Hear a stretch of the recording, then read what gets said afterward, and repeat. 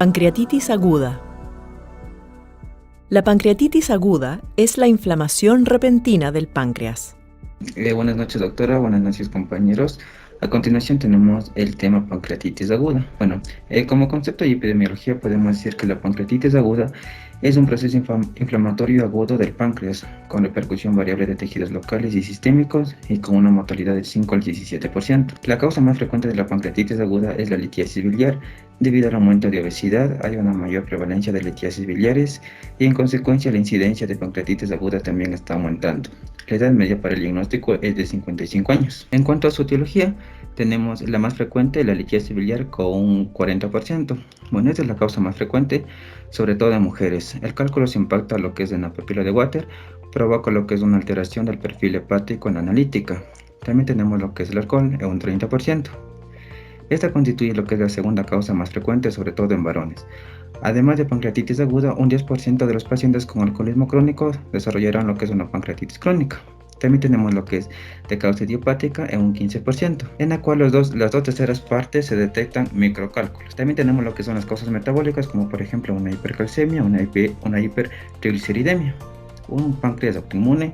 También tenemos aquella etiología por fármacos, en la cual aquí constan lo que son las simvastatinas, las tetraciclinas, los diuréticos. En cuanto a la patogenia, tenemos que la autoingestión de las enzimas proteolíticas que se activan en el páncreas dan lugar a una luz intestinal obstructiva, dirigiendo a lo que son las membranas celulares y produciendo una proteólisis, edema, hemorragias y necrosis. Al hablar sobre la clínica de la pancreatitis aguda, vamos a tener primero lo que es el dolor abdominal. Este dolor abdominal va a ser brusco y va a ser de lo que es una intensidad creciente que se va a encontrar en lo que es el epigastrio, con irradiación a ambos hipocondrios. Y también van a relacionar como una puñalada en la espalda. En sí va a estar relacionado con lo que es ingesto, debido a lo que es comida, alcohol o fármacos. Y este va a mejorar lo que es la presión del tronco y va a ir ahí hacia adelante. A lo que se refieren las náuseas y vómitos, estos normalmente van a ser de contenido ya sea alimentario o biliar. También se ha relatado sobre lo que es la distensión abdominal, lo que es el delirio paralítico, ya que se va a combinar con lo que es la falta de emisión de los gases y gases, y a su vez vamos a tener lo que es una disminución o ausencia de los ruidos hidroaéreos.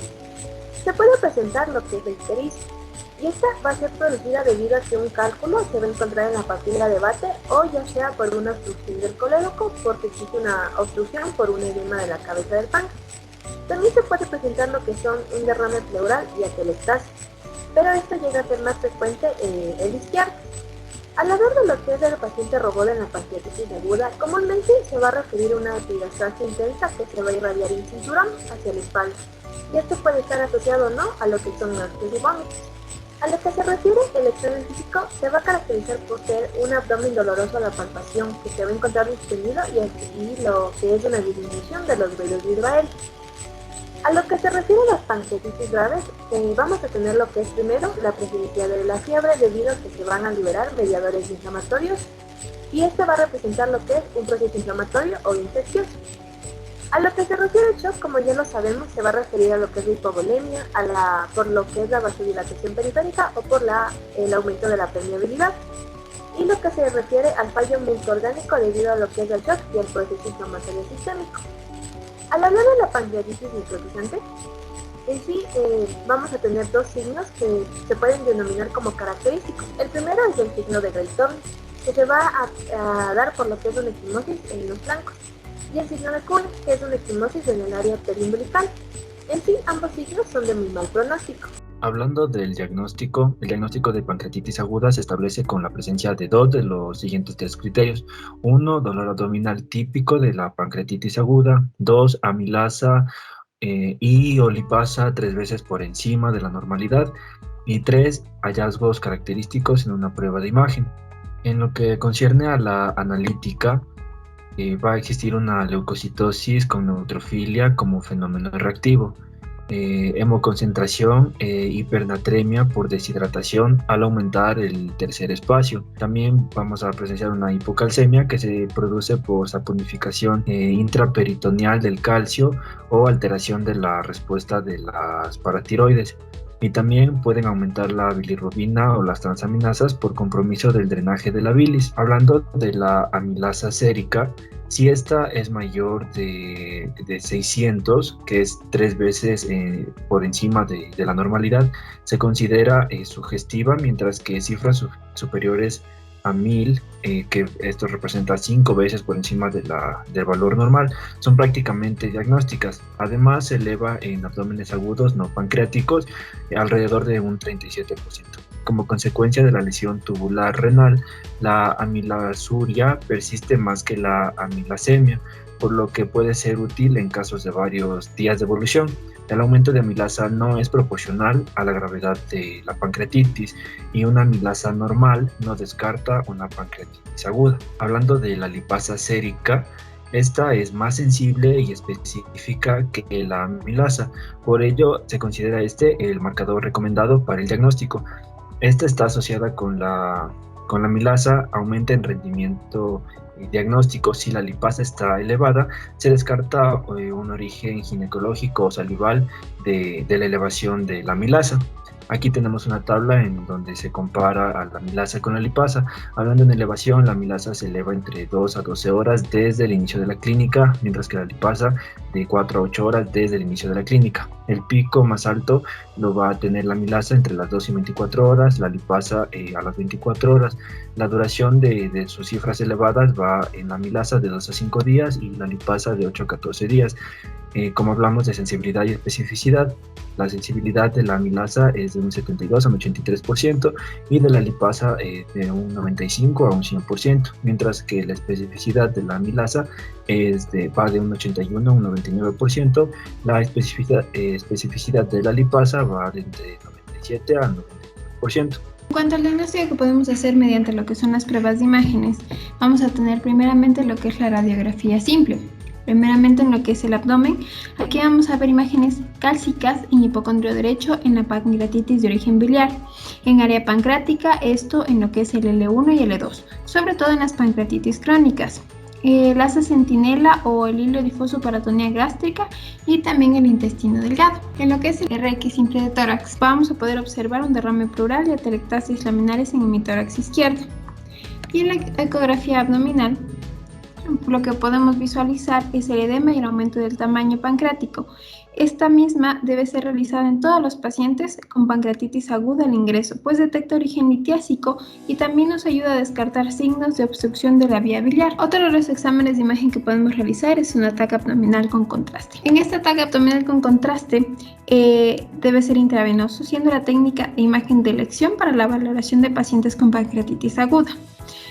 Al inicio del cuadro de la pancreatitis aguda, el ataque solamente va a estar indicado si es que tenemos alguna duda diagnóstica o si estamos ante la sospecha de alguna complicación que requiera de una actuación inminente por parte del profesional. En el resto de los pacientes que sean clínicamente graves, solo se recomienda realizar este tipo de examen a partir de los 3 a 5 días desde el inicio del cuadro, con el fin de valorar la presencia y la extensión de la necrosis y detectar la existencia de complicaciones locales. En cuanto a lo que es la colangiopancreatografía retrógrada, o también conocida como CPRE, se recomienda realizar durante las primeras 24 horas. Esto solo en pacientes con pancreatitis aguda de origen litiásico, que además estén acompañadas con colangitis aguda concurrentes. ¿Esto con qué? Con el objetivo de realizar una esfinterotomía y una extracción de los cálculos.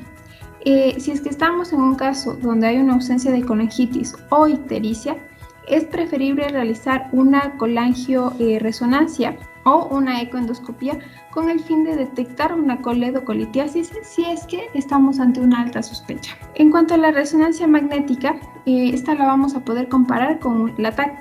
Si se utiliza en forma de colangioresonancia, tiene muy buena sensibilidad para la detección de lo que es la coledocolitiasis. Además, también nos sirve como una prueba para la detección de otras causas morfológicas de las pancreatitis agudas, como por ejemplo lo que es el páncreas divisum. Y por último, lo que es la ecoendoscopía. En esto es útil para valorar y guiar el drenaje de pseudoquistes y de necrosis encapsulada. Además, también para la evaluación diagnóstica de pacientes con pancreatitis aguda idiopática o pancreatitis aguda recurrente. Clínica que nos han mencionado anteriormente se van a plantear diversos diagnósticos diferenciales, como es el cólico biliar, la colicistitis aguda, la úlcera péptica, la oclusión intestinal, el aneurisma de la aorta disecado y la isquemia mesentérica. Acorde a su clasificación, se ha dividido en dos, que van a ser según su morfología y según su gravedad, acorde a los criterios de Atlanta. Según su morfología, se va a dividir en dos, que es la pancreatitis edematosa intersticial y la pancreatitis necrótica. La pancreatitis edematosa intersticial representa del 85 al 90% de todos los casos, son las más frecuentes y benignas, y en esta la glándula se encuentra tumefacta con edema e infiltrado de polimorfonucleares. Se puede complicar con colecciones líquidas peripancreáticas o pseudoquistes, mientras que la pancreatitis necrótica va a representar entre un 10 a 15% de los casos presentados.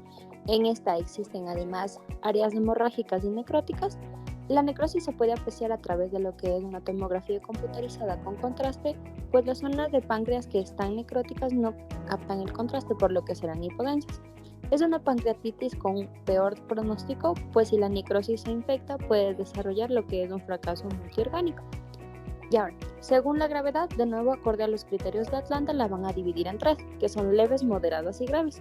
Las leves son las que llevan el mayor porcentaje de presencia. Estas de aquí tienen una ausencia de fallo orgánico y complicaciones, ya sean locales o sistémicas. Las moderadas van a ser aquellas que tengan la presencia de complicaciones locales o puede ser o incluido lo que es el fallo orgánico transitorio en menos de 48 horas del ingreso. Y las graves van a ser aquellas que presenten un fallo orgánico persistente luego de 48 horas del ingreso. Los pacientes con fallo orgánico deben ser valorados para un ingreso a la UCI, es decir, a la unidad de cuidados intensivos. En cuanto a lo que es los criterios de pronóstico, aparte de los criterios de Atlanta, que hoy en día son los que más se utilizan, existen otros criterios, que son, por ejemplo, el estado del paciente, sobre todo lo que es las constantes vitales y la temperatura.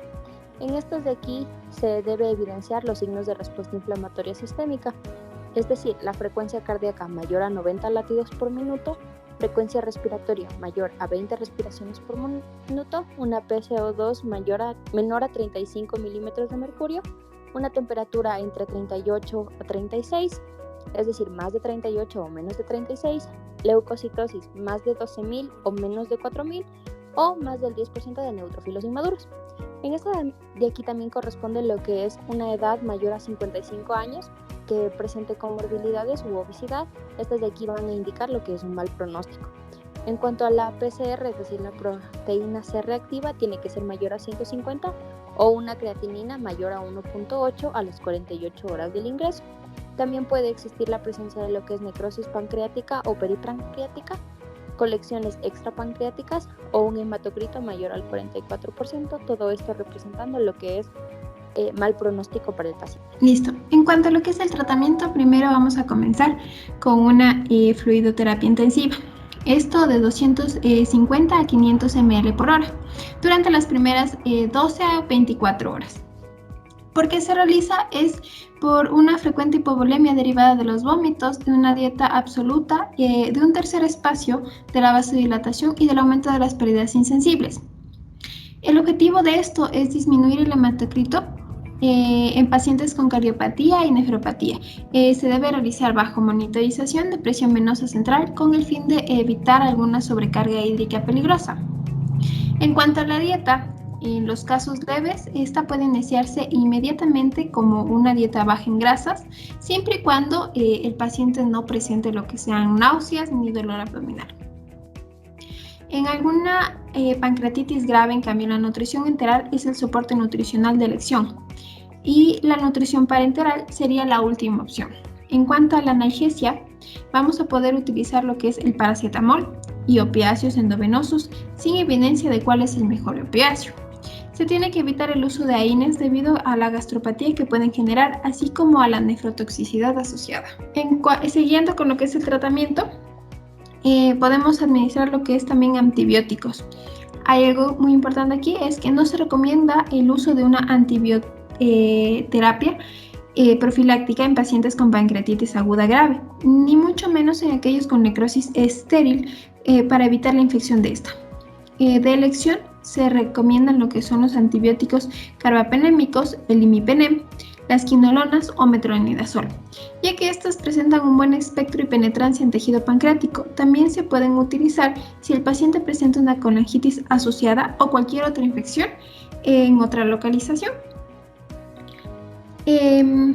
Hablando de uno de los exámenes en cuanto a lo que es la colangiopancreatografía retrograda, con esfinterotomía endoscópica y extracción de litiasis, esta va a estar indicada de las 24 a 72 horas en pacientes con pancreatitis aguda biliar con signos de colangitis. Aquí es importante valorar de forma preferente en pacientes con ictericia por obstrucción de la vía biliar.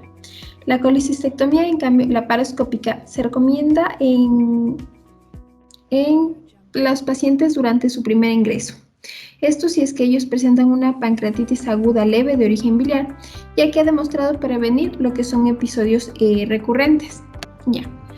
Siguiendo, ahora tenemos otro tipo de tratamiento, ¿no? En una presentación de pancreatitis necrotizante.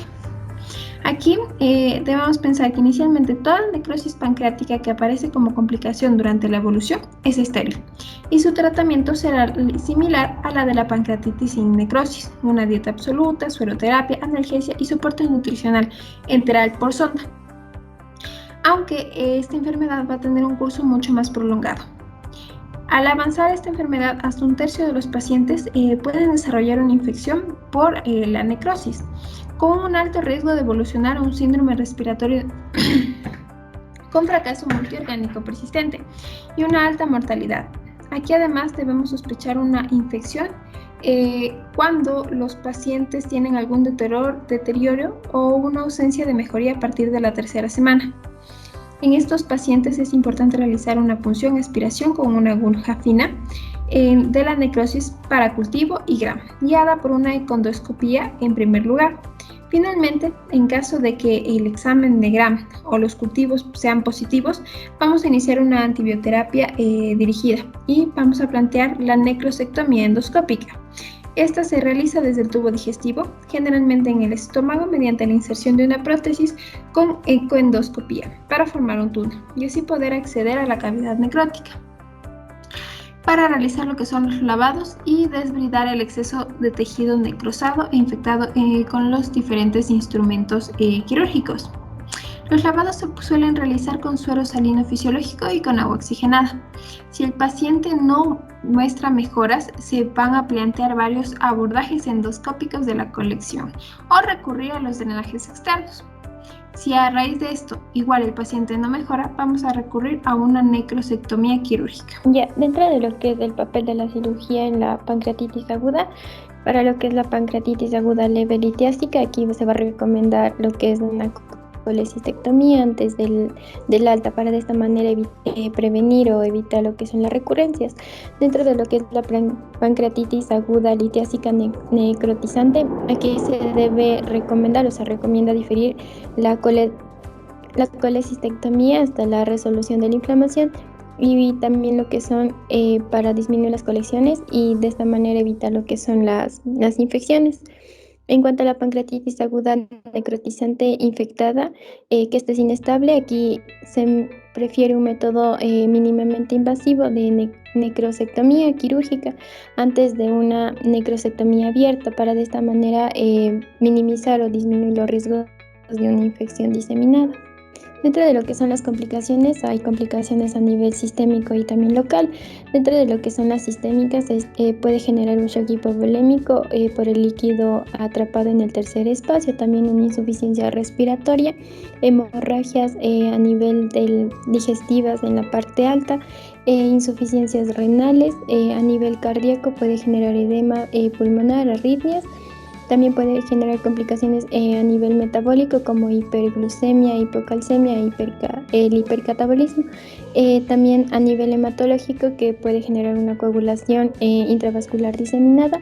Y la última que es la sepsis, que es una de las causas más frecuentes de muerte en estos pacientes. Hablando de las complicaciones locales, las colecciones son las complicaciones locales más frecuentes en la pancreatitis aguda. Hablamos de la colección aguda líquida peripancreática. Es una colección líquida asociada al inicio, dentro de las primeras 4 semanas, de la pancreatitis aguda edematosa intersticial sin necrosis. No tiene pared definida y puede ser múltiple. La gran mayoría se resuelve espontáneamente sin complicaciones posteriores. Hablamos también del pseudoquiste. Cuando la colección aguda líquida peripancreática persiste más de 4 semanas, se puede encapsular y pasa a denominarse pseudoquiste, que es una colección líquida habitualmente peripancreática, rica en enzimas pancreáticas y con una pared. La mayoría de estas se localizan en la cola pancreática. Suele producir elevación de la amilasa y el 40% evolucionan hacia la resolución espontánea. Actualmente el tratamiento de los pseudoquistes pancreáticos es conservador. Antiguamente se decía que todo pseudoquiste mayor a 6 centímetros y que persistía más de 6 semanas debía ser drenado. Sin embargo, los criterios actuales establecen que solo deben tratarse a los pacientes sintomáticos. En los casos que requieren tratamiento, lo más habitual es realizar tratamiento endoscópico. Mediante ecoendoscopía se localiza el pseudoquiste y se punciona, dejando un drenaje que comunica el mismo con el tracto intestinal para permitir un correcto drenaje. En los casos en los que este procedimiento no es posible, se puede plantear la punción percutánea guiada por ecografía o por un TAC. En último lugar, tenemos el tratamiento quirúrgico, que suele realizarse una derivación tipo cistogastrostomía, cistoyeyunostomía y cistoduodenostomía. En algunos casos, pseudoquistes localizados en la cola del páncreas pueden ser extirpados mediante una pancreatectomía distal. Hablando de la colección aguda necrótica, esta es una colección heterogénea formada en la fase precoz de la pancreatitis aguda necrosante y que no tiene una pared. Esta contiene líquido y necrosis y puede ser múltiple. Durante la primera semana puede ser difícil diferenciar la colección necrótica aguda de la colección aguda líquida pancreática. También tenemos a la necrosis encapsulada. Es un tejido necrótico encapsulado pancreático o peripancreático envuelto por una pared inflamatoria que se realza en la TAC. Esta puede contener diferentes cantidades de líquido y necesitan un mínimo de 4 semanas para la formación de la pared. También puede ser múltiple y la formación de esta encapsulación facilita el drenaje de la necrosis pancreática cuando este es necesario. Cualquiera de estas colecciones puede permanecer estéril o puede infectarse, y esta diferenciación es importante porque implica la necesidad del tratamiento. Sospecharemos de infección ante un empeoramiento clínico o por la presencia de gas en la colección, y la confirmaremos mediante cultivo de líquido obtenido por punción con aspiración de aguja fina o por un drenaje. Otras complicaciones locales va a ser ascitis con gradiente de albúmina bajo, con amilasa mayor a 1000 por ruptura de un pseudoquiste y menos frecuente por ruptura del conducto pancreático principal. El tratamiento va a consistir en inhibir la secreción pancreática mediante somatostatina u octreótido y evacuar la ascitis. Ahí vemos una tabla de resumen de qué hacer en una complicación sin necrosis y con necrosis. Por lo general, la sin necrosis, como dijimos, va a ser menor a 4 semanas, y aquí va a haber una colección líquida aguda peripancreática. Y si es mayor a 4 semanas, se va a formar lo que es un pseudoquiste. Si la complicación es con necrosis, va a haber una complicación necrótica aguda si es menor a 4 semanas, y si es mayor a 4 semanas, una necrosis encapsulada. Muchas gracias por su atención, eso ha sido todo.